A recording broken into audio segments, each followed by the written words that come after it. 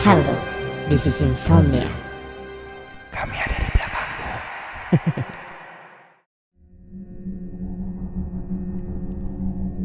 Sebagian orang pasti pernah mengalami kejadian seram saat berkendara. Termasuk aku dan suamiku ketika pulang kampung di tahun 2015 lalu. Waktu itu, aku dan suami pergi pulang kampung ke rumah mertuaku di Kabupaten Tulang Bawang, Provinsi Lampung. Kami memutuskan berangkat seminggu setelah Lebaran untuk menghindari macet. Kami perginya nyantai, nggak bentrok dengan jadwal kerja, karena suami punya usaha sendiri, jadi liburnya bisa semaunya dia. Suami menjanjikan aku untuk berangkat di sore hari sehabis asar, karena paginya dia kerja dulu. Setelah selesai mempersiapkan semuanya, kami pun berangkat jam 4 sore dari Jakarta. Kami berangkat menggunakan mobil pribadi berdua saja. Aku duduk di sebelah suami yang sedang menyetir. Kursi tengah penuh dengan perbekalan kita berdua. Sebelum berangkat, aku sering bilang ke suami untuk jangan ngebut-ngebut selama di jalan, apalagi di malam nanti, sangat berbahaya. Kami kemudian jalan menuju Pelabuhan Merak, lewat jalan tol yang kira-kira memakan waktu 2 jaman. Dari Merak, kami lanjut menyeberangi Pulau Sumatera menggunakan kapal feri, hingga tibalah kami dengan selamat di Pelabuhan Bakahuni. Keluar dari pelabuhan, kami lanjut jalan melewati jalur lintas Sumatera. Karena waktu sudah masuk maghrib, kami mencari-cari masjid sekitar untuk singgah melaksanakan sholat. Suami aku nggak mau sholat di masjid pelabuhan, karena pasti lagi banyak orang. Sekalian, suami juga mau merokok katanya. Sekitar 500 meteran dari pelabuhan, kami menemukan masjid yang akhirnya kami pun singgah di sana. Kemudian kami turun dari mobil dan masuk ke dalam masjid. Sehabis sholat, aku duduk diam sejenak sambil bermain HP sebentar. Setelahnya, aku masuk ke mobil dan menunggu suamiku yang belum selesai juga. Ternyata, saat aku lihat dari dalam mobil, dia sedang merokok. Kemudian saat suamiku masuk ke mobil, bau asap rokoknya tuh masih menempel di badan dia. Aku langsung menyemprotkan parfum ke sekitar. Soalnya memang aku kurang suka bau asap rokok. Suami aku cuman senyum-senyum aja ngeliatin aku. "Sayang, kita nggak makan dulu," ucapku. "Nanti depanan lagi aja ya, kamu makan cemilan yang udah dibeli aja dulu." Begitu kata suamiku yang sudah mulai menghidupkan mobil.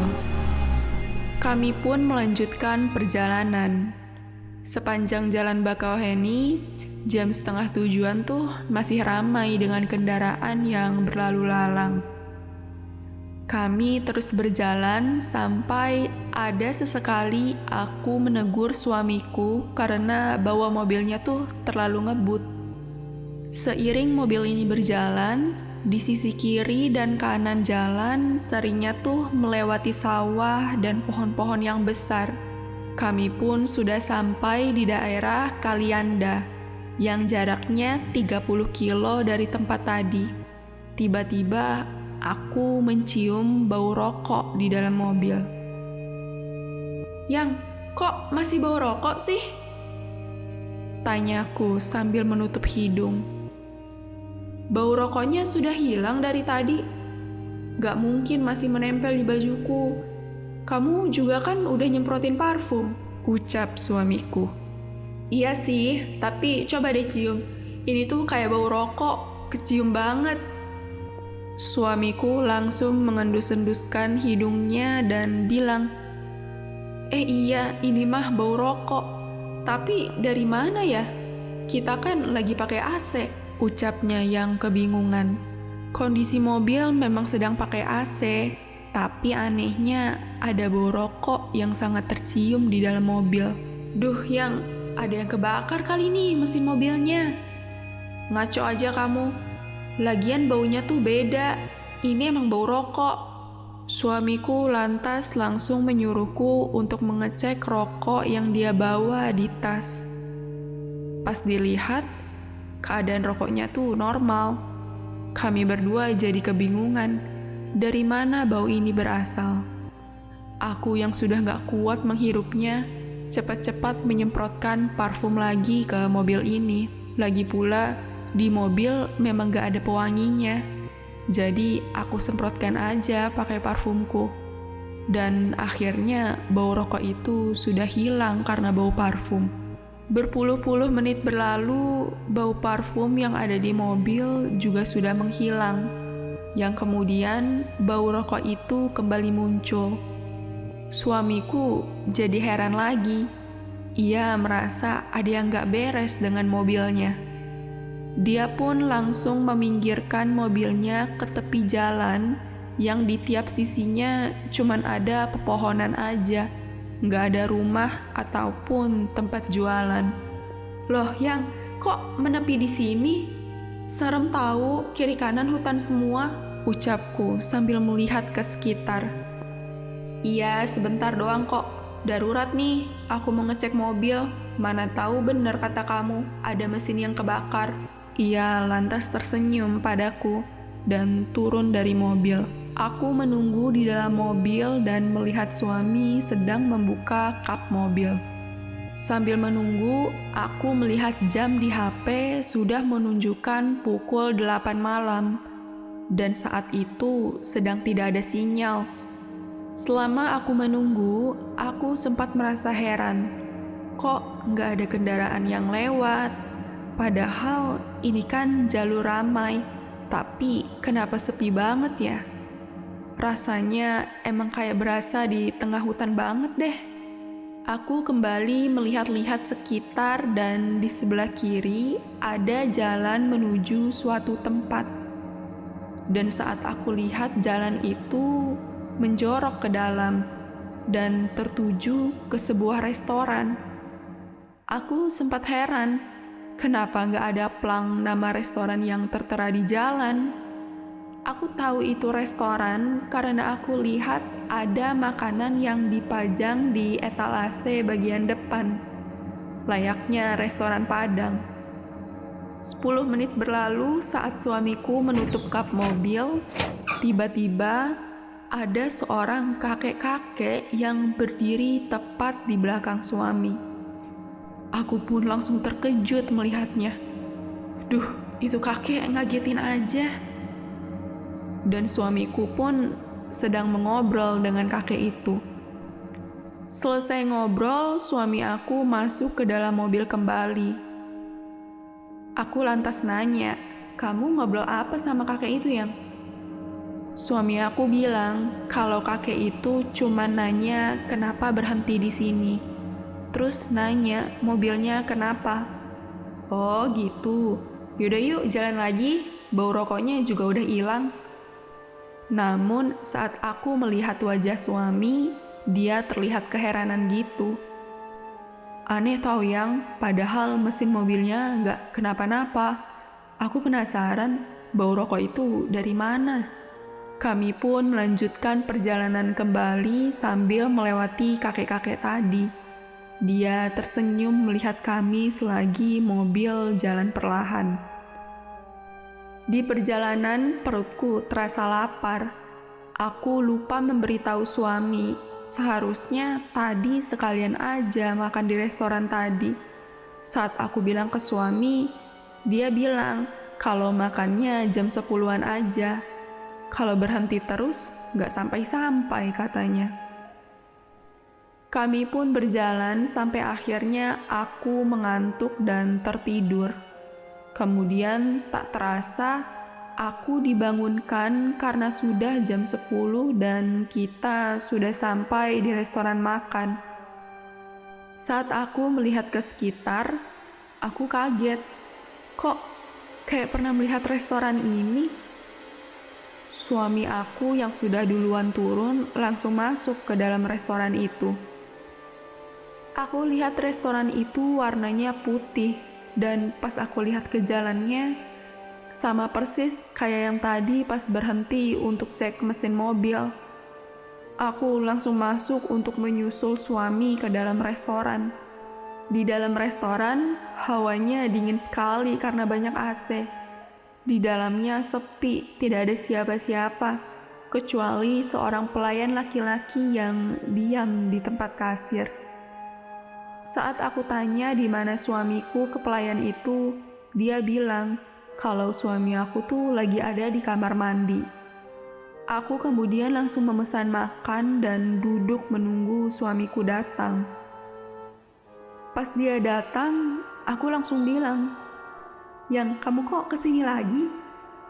Dia melihat aku sambil keheranan. "Ini kan restoran tempat tadi kamu berhenti ngecek mobil tahu?" Dia membalas, "Ah, masa sih? Tempat aku berhenti tadi kan gak ada restoran." Di tengah obrolan, makanan yang aku pesan datang. Suamiku langsung ikut memesan ke pelayan yang membawakan makanan aku. Dia cuma memesan kopi. Aku lantas langsung makan dan gak melanjutkan obrolan lagi, karena sudah keburu lapar. Lagian tadi pas ngecek mobil, dia juga gak ngeliat ada restoran sih. Tapi masa iya dia nggak ngeh sama bentuk jalannya? Setelah suami selesai meminum kopinya, ia kemudian merokok lagi.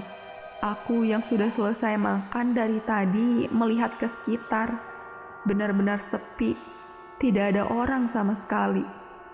Setelah selesai, aku pun menuju kasir dan membayar makanan tadi. Aku pun bertanya ke pelayan itu, "Mas, dari tadi yang ngelayanin cuman Mas sendiri aja, yang lainnya pada kemana?" Dia bilang kalau yang lainnya sudah pada tidur. "Hah, tidur? Masa sih Mas? Aneh banget, biasanya restoran pinggir jalan gini kan 24 jam. Pelayan itu cuman membalas diam sambil tersenyum. Kami pun kembali menuju mobil. Dan setibanya di mobil, suamiku kaget. Dia baru ngeh kalau jalan ini ternyata sudah ia lewati tadi. "Tuh kan, aku bilang juga apa, ini tuh jalan yang tadi kamu lewatin tahu," ucapku dengan nada kesal. Sebelum jalan, suamiku bilang, "Yang, sepanjang jalan jangan lupa berdoa ya." Aku ngerasa ada yang gak beres di sini. Mendengar ucapan dia, tubuhku saat itu juga langsung merinding. Kami kemudian berjalan kembali. Di sepanjang perjalanan, aku dan suami gak henti-hentinya bersolawat. Suami aku keheranan, kenapa bisa sampai ke tempat itu lagi? Padahal dia merasa kalau kita sudah sampai di Bandar Lampung. Padahal suami aku orang yang cukup hafal jalan, tapi selama 2 jam tadi, kita dibawa kemana? Suami aku mencoba untuk tetap tenang dan berpikir jernih. Waktu sudah menunjukkan jam 11 malam. Jalan yang ditelusuri semakin gelap. Rumah-rumah di sisi jalan makin terasa sedikit. Hingga akhirnya waktu pun cepat berlalu dan tepat pada jam 12 malam, suami aku terkejut kembali. "Ya Allahu Akbar, Yang, ini kan tempat tadi. Ya Allah, kok bisa di sini lagi sih?" Aku pun melihat ke sebelah kiri dan benar saja ada restoran putih tadi lagi. "Yaudah deh, coba sekarang tanya ke pelayan yang ada di situ. Nanya jalan. Masa 2 jam mengelilingi daerah ini terus sih?" ucap suamiku dengan panik. Mobil pun belok kiri dan masuk ke jalan menuju restoran itu. Lalu kami berdua turun dan menanyakan pelayan tadi. Setelah mendapat informasi mengenai jalan dari pelayan restoran itu, Kami lantas masuk ke dalam mobil kembali. Saat kami sudah masuk dan duduk di mobil, kami mendengar ada suara pintu belakang mobil tuh tertutup. Yang denger gak itu suara apaan? Aku yang benar-benar ketakutan mengangguk. Suamiku pun melihat ke bagian belakang mobil. Saat dilihat, tidak ada apa-apa, padahal tadi ada suara pintu tertutup. Kemudian mobil pun memutar balik untuk kembali ke jalan umum. Namun, tepat saat mobil mau memasuki jalan umum, tiba-tiba suami melihat di kaca spion ada kakek-kakek yang duduk di kursi belakang. Astagfirullahaladzim, suamiku langsung menutup matanya. Ia tak henti-hentinya menyebut nama Tuhan. Ia menyandarkan wajahnya ke setir mobil. Ia benar-benar ketakutan. Aku langsung memegang tangannya dan kulitnya terasa sangat dingin. Aku pun bertanya, "Kenapa yang? Ada apa?" Dan entah kenapa jantungku berdegup sangat cepat saat itu juga. Aku yang panik terus-terusan bertanya ada apa. Tiba-tiba ada seorang laki-laki yang mengetuk-ngetuk kaca mobilku. Aku sempat berteriak kaget karena kehadiran laki-laki itu. Aku lantas langsung membuka pintu dan ternyata ada 3 orang pemuda yang sudah menungguku di luar. Singkat cerita, setelah kehadiran 3 pemuda itu, kami menceritakan semua masalah kami. Pemuda itu sempat kaget mendengar cerita kami. Pemuda itu datang ke mobil kami karena ternyata di ujung sebelah kanan yang tepatnya ada di sebelah restoran, ada pos kecil yang memang tidak terlihat kalau dari lokasi mobil kami. Kebetulan pemuda-pemuda itu memang lagi ngeronda. Mereka melihat mobil kami dan sempat curiga. Itu mobil ngapain di daerah ini? Mereka lihat mobil kami sampai 3 kali. Yang akhirnya ketiga kalinya mereka datang untuk menghampiri. Dan setelah diberitahu oleh pemuda itu, restoran putih yang tadi kita singgahi itu ternyata adalah bangunan kosong yang sudah dipenuhi oleh tanaman merambat. Aku dan suami benar-benar tak menyangka. Jadi selama ini restoran beserta pelayannya tuh nggak ada. Terus pemuda itu juga bilang kalau memang daerah sini tuh angker. Suka ada kakek-kakek yang melewati di jalan ini. Kami benar-benar terkejut. Pantes aja suamiku melihat sosok kakek itu di dalam mobil. Terus bau asap rokok itu datang dari mana? Saat kami menanyakan masalah bau asap rokok itu, mereka menggeleng tidak tahu.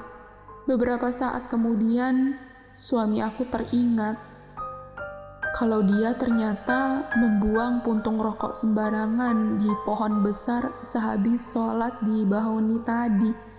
Ya ampun, itu adalah pengalaman menakutkan yang pernah aku dan suami alami di jalan lintas Sumatera, yang tepatnya di daerah Kalianda. Gimana penonton untuk konten kali ini? Menurut kalian cerita ini nyata atau tidak?